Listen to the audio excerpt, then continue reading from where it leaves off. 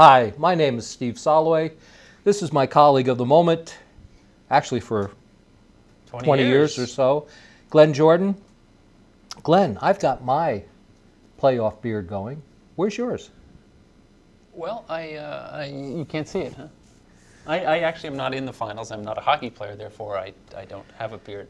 But I always have wondered, there must be some rules around the beard, because I noticed some of the Bruins have not full beards, not scruffy, but there's like the chin's off, but you can have some Fu Manchu thing going. Are there certain unwritten rules about playoff beards? You're exactly right. There are unwritten rules, and it still is a game of individuals working within a team. They all got their beards, but they all have their individual stamp. Whether that's true or not, I don't have a clue. Now, what about other sports? Why are the basketball players not have beards? That's a good question. I don't think they can grow them. They're too young. Okay. Speaking of basketball.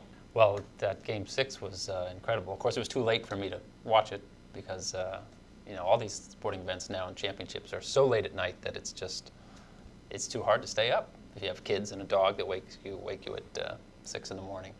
So, but I did check out Ray Allen's big shot. Did you see that shot that sent it to overtime in Game 6? Oh, I've seen it since, but not live. I didn't see it live. No, nor did I. But I saw it on tape, and I saw him.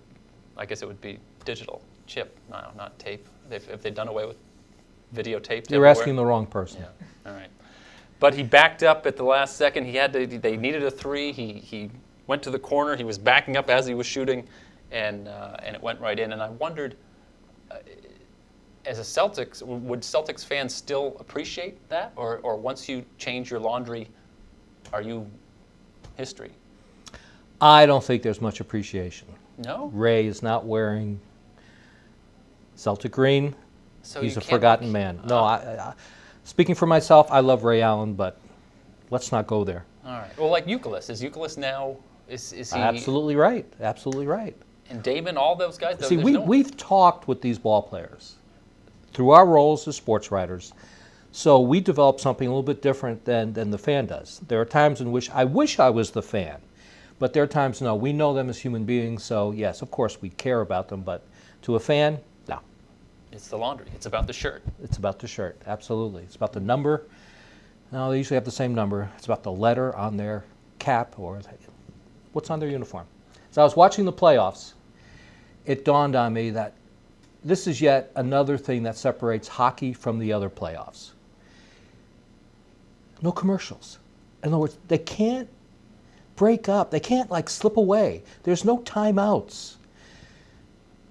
And that's why I think, Glenn, playoff hockey is so great to watch, particularly when you get to the final series.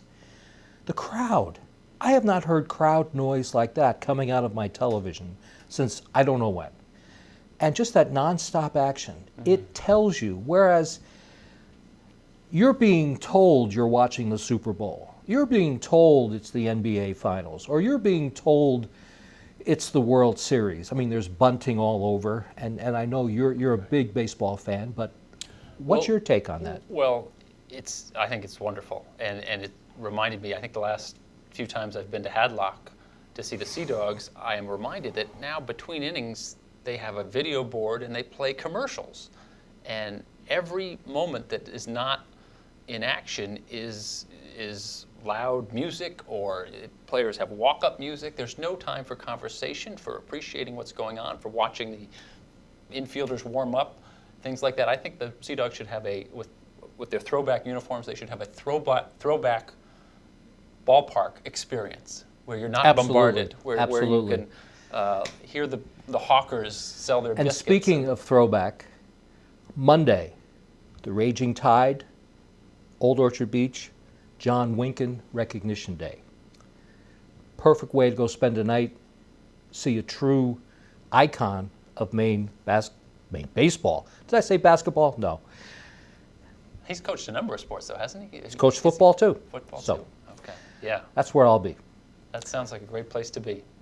It is. Ballpark. I remember watching the guides there back in the day. You're not letting me wrap up. Oh, I'm sorry. Wrap. Thank you very much. We'll talk to you again next week.